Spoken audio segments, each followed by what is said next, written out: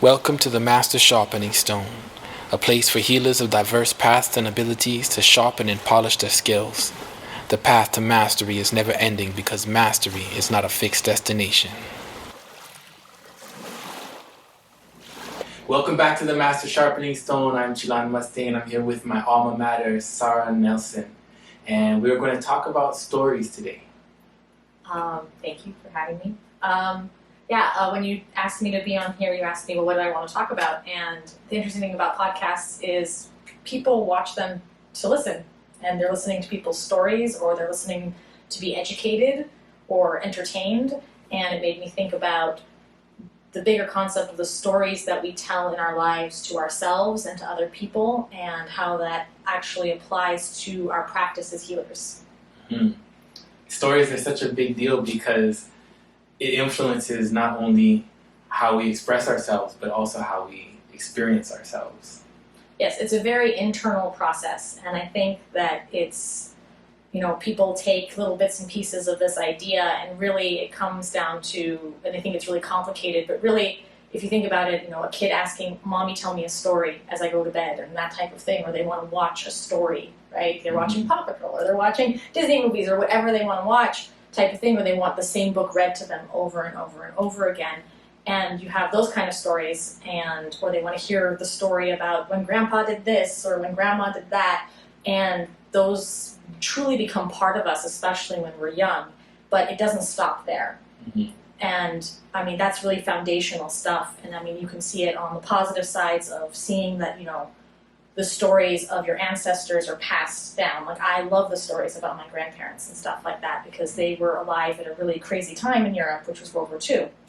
Whereas it becomes even more important when we're adults, because it is truly how we are perceiving our reality.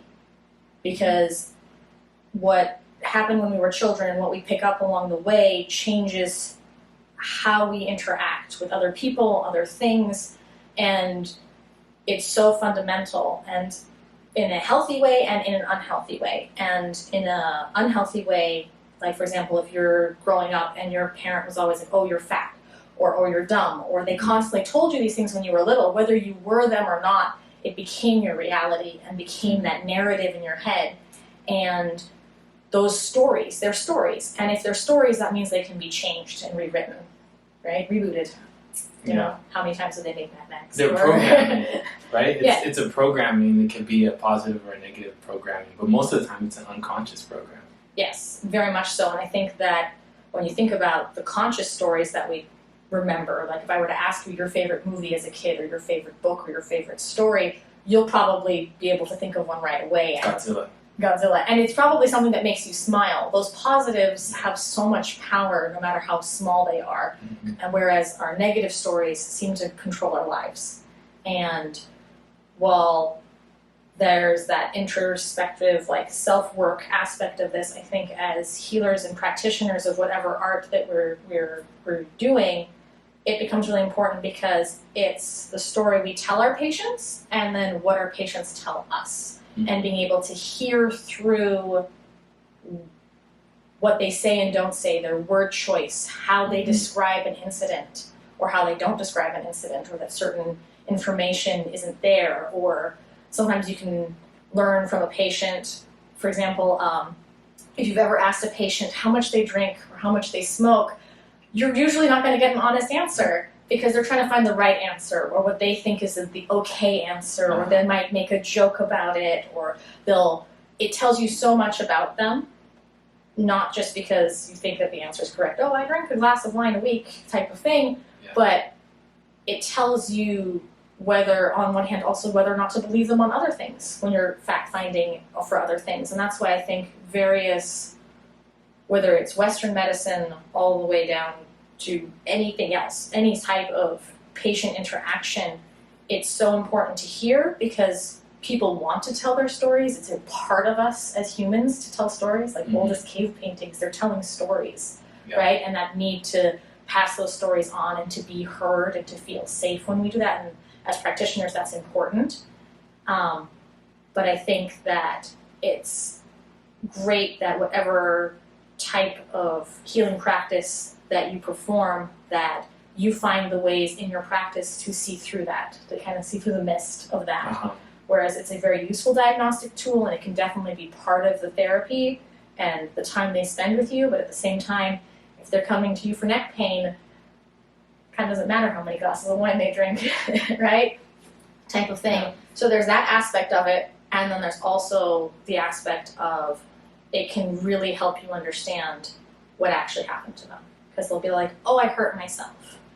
And like, for example, for me, I have a history of pain from a sports injury. How I tell that story to myself and to you when you're treating me is important, that I'm trying to be honest with the story of it, because if I'm going to lie to myself about what happened, then how am I ever going to truly process through it and be able to transcend that instead of keeping that cycle going? And even when we're being truthful about the way we're expressing that story that we have, it's always through our own lens, right? And we can cultivate that lens too to color the story in different ways. It's how we tell a story, because when we say it out loud, then we're also hearing it, right? So it's double reinforced. Very reinforced. That's why a lot of times when we have affirmations, they always tell you to say it out loud, and you feel kind of stupid sitting there being like, I love myself. Okay, well, why do you have such a hard time saying that?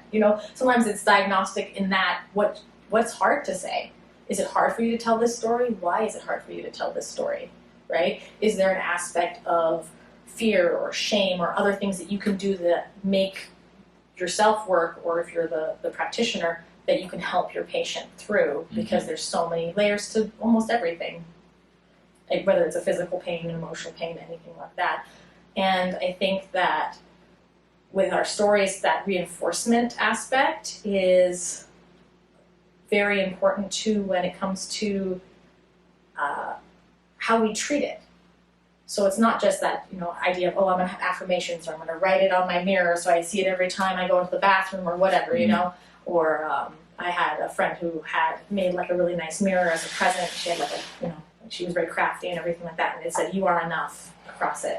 And I thought that was really beautiful and really nice, and it was, that constant reminder. We have those around our house, or sometimes people will put like calligraphy of certain things or words or concepts because it reminds them and it reinforces that positive story. Thank you. And I think that's true also in our media consumption. We talk about doom scrolling and that sort of thing, and it's kind of funny because everyone goes, oh, that darn algorithm only gives me certain things, but really that's truly a beautiful example of reinforcing a story and choosing to change that story. And sensing the story and then reinforcing it more. Yeah, and change it, rewrite it, reboot it, right? Like they do that with every other story, and they change the book into a movie, and right, you have that media aspect, and it's a great example, but also it's a great thing to help you reinforce what you're trying to do with your own journey and stuff like that. And it's kind of like you are what you eat. It's almost like you think what you watch, and what you listen to, and what you put in is what you're going to get out. Or as my grandmother always said, whatever you put in the soup is going to come to your spoon. So nice. That sort of idea of as for yourself as a practitioner, treating yourself for your own issues and problems and things that you're working on, as well as being able to advise your patients what they could do. If your patient's watching those, like true life murder shows right before bed and they're complaining that they can't sleep well, maybe we shouldn't be watching that right before bed. Yeah.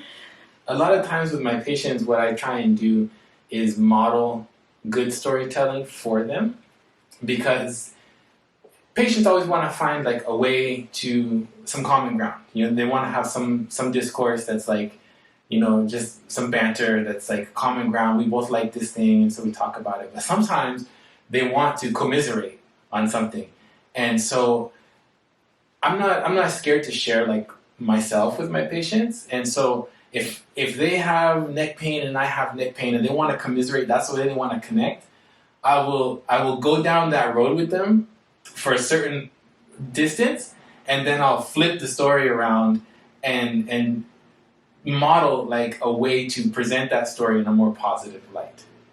And like, oh yeah, I was in a car accident and I got whiplash and this and that, and so I can commiserate. But then I can be like, well, I was so lucky that my toddler wasn't in the car with me. Mm-hmm. And I was so lucky that my acupuncturist was really good and helped me to straighten things out. Mm-hmm. And, you know, all these other aspects that are also true parts of the story, but are getting lost in the commiseration.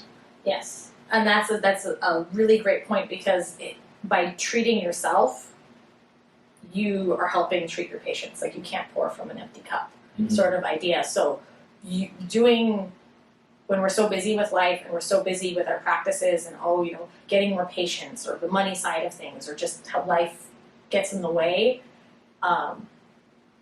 when you are looking for motivation to return back to that self-work, it's sometimes easier to look outside of yourself for a reason sometimes to do it. And if you think, well, this is going to help my patients, or this is good for my family, then Mm-hmm. I'm doing this for myself. Because sometimes we get kind of caught in that, for-profit principle where it's all about productivity, that productivity mindset, instead of realizing that, no, this is important to do these things and to take the time to do things, and to diagnose kind of yourself that way too. Like, when I'm very anxious, I rewatch the same shows, I read the same books. I like the familiarity of something similar, and they tend to be really kind of more slower paced things, It's not crazy crash bang sort of movies or books and stuff like that, because for me that brings me to a quieter place type of thing. And I know that about myself when I get anxious, of what I need to do. And it's kind of funny, it's very Pavlovian almost, where it's like Pavlov's dog, like,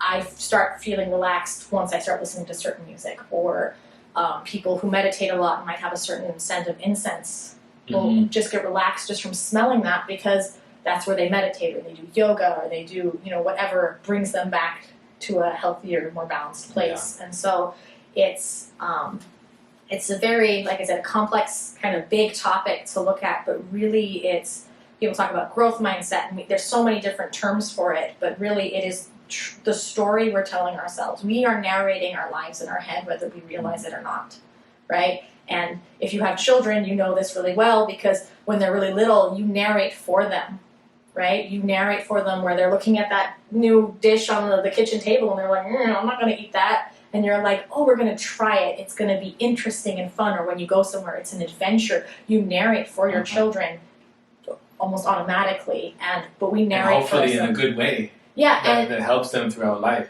Exactly, and so modeling that positive behavior, and like, for example, with my own son, I always said when we traveled, I'm like, I don't want to hear complaining. So how many parents, okay, don't complain, right? Every parent says that. I say, I'm okay with questions, I'm okay with concerns. Complaining that the plane is late is not going to make the plane arrive any faster. But how we say it and how we place that in front of them, my son doesn't get anxious when he has to wait. He goes, okay, we're fine, we're just waiting, type of thing. Yeah, of course, he's kind of bored and whatever, but it's that modeling. And also for yourself, you talk to yourself. And I love movies and books and stuff like that, and there's a really great example of that in the new movie from Pixar called Luca. I don't know if you've had a chance to see it, but there's a part where the one character is very nervous about doing things, and he's very, very cautious, and he doesn't want to do this one thing, and his friend says, there's a little voice in your head named Bruno, and you have to tell him, Silencio, Bruno, because no, if he's going to stop you from doing this fun thing with me, we're going to say, be quiet, Bruno. And I think it's such a cute part in the movie, but it really kind of stuck with me, talking about stories influencing what we do with ourselves and the media we consume. I thought it was really cute, because when that little negative voice in the back of your head is saying those things, you tell it, be quiet, type of thing. And I think that it's, people talk about finding inspiration in different things and all this other stuff, and, finding inspiration in stories, but really humans are storytellers from the very beginning. That's what we do. Humans tell stories, like, talk about caveman paintings and all that type of thing. We tell stories, and whether they're fictional and we're making stories about dragons and sorts of things, or whether it's someone telling you a funny thing that happened the other day, we are storytellers, both internally and externally. And I think when we start realizing that, we can truly write our own stories instead of having them written for us, and in that way experience the world in a whole new way.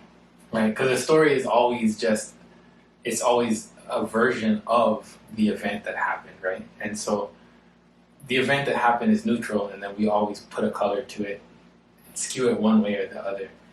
unconsciously because based off of habit, Yes. right? Off of pre-programmed habit. Yes. And so we can be more aware of it and choose to structure it in such a way that's more useful to us. Yes, absolutely. And I think that creating space, not just for your patients, but anyone you interact with, for them to tell their stories in a more accurate way, I guess.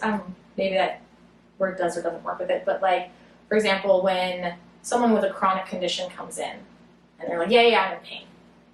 And someone might be like, well, maybe you're not really in pain because you don't make a big deal out of it. Or like a lot of people who have chronic, whether it's endometriosis, whether it's back pain or anything chronic, when they talk about it, it almost seems like they're like, yeah, whatever. We're going to just push that aside. Yeah, it's happening and that's what I'm here for. And you're like, well, maybe it isn't that big of a deal, and you get distracted about their insomnia, or you get distracted about the headache they say they have today, or whatever else they're complaining about, my shoulder from, Pilates or whatever. Understanding why we tell the stories we tell, right? It's sometimes it's a cover-up. It's a cover-up, but also if you're dealing with a chronic issue, if you're trying to make sure that it's not ruling your life, you yourself are pushing it to the side constantly. Mm-hmm. It doesn't matter that you have chronic migraines, your kid wants to play, or they're having their recital or something like that. You're going to push it to the side. When they talk about it, it sounds very much like they're pushing it to the side, and we perceive it from our lens as, well, it's not that big of a deal. Mm-hmm. But some things are automatically like that. And I think I kind of equate it to, you can tell the type of movie based on the music that's going on, right? Uh-huh. Like, right, I show you a scene and it has like this happy, pretty operatic thing. Oh, our good guy must be winning, and it must be this awesome action sequence. I put the like scary, like, oh no, it's a horror movie, and the clown's gonna come out with a, Yeah. It's funny because if you watch those scenes and you mute them, what's actually going on? Mm-hmm. Why are you looking at the facial expressions? What's going on? The context, and sometimes being able to mute it and look at what is actually happening. Mm-hmm. And when they say, I've been dealing with this, endometriosis since I was 16 and your patient is 30 something, she's not going to go on and on and on about it. Maybe she's been dealing with it for a huge chunk of her life. And so that's kind of the idea of like muting it. And then so that's like a practitioner's viewpoint. And then I think for an interpersonal or introspective viewpoint of that, that's where I guess logic and being pragmatic almost plays a part of that idea of muting it, right? You have these emotions about an experience, or maybe the previous experience was bad and now you're trying this experience again, you're all apprehensive, or maybe last time it was great and then this, oh no. If you can kind of mute that previous thing, that soundtrack that's playing, you can perceive the situation the way that it actually is, right? I've had friends before be like, oh, but he drove such a nice car, and he looked like he had, his life together, and then it ended up being a really bad relationship. And I'm like, okay, you're taking all these kind of extra clues and guessing what's going to happen next. Mm-hmm. Oh, it was a horrible date, and he this and this, and he wouldn't pay for the check. You're like, but he drove around in a nice car. I'm like, you're assuming things. And I think that kind of that idea of like muting the soundtrack and taking things as they are and really creates realistic expectations so that you can handle your life better. It's about equanimity. Really, in my life, what I strive for is, there's a quote in a certain book, and it says, for equanimity beyond fear and hope. But hope's a good thing. Fear and hope are opposites. Mm-hmm. I'm hopeful, or am I afraid? I'm hoping something good's going to happen. I'm afraid something bad's going to happen. Mm-hmm. So I'm constantly living in that back and forth. And so when we talk about that concept of yin and yang, and we talk about balance, and we're talking about equanimity, where they sit together, but they don't rule each other, right? Like if you think about the diagram, it's evenly black, evenly white.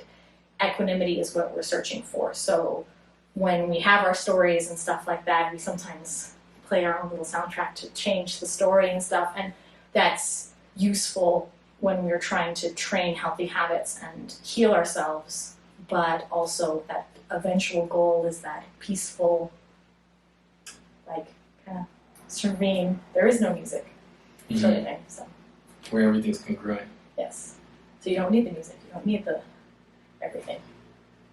And I would just like to kind of finish up with that kind of thing, seeing that we kind of went into the whole music idea, the idea that everyone talks about life as a journey, and life is a story, and we talk, we're living our stories.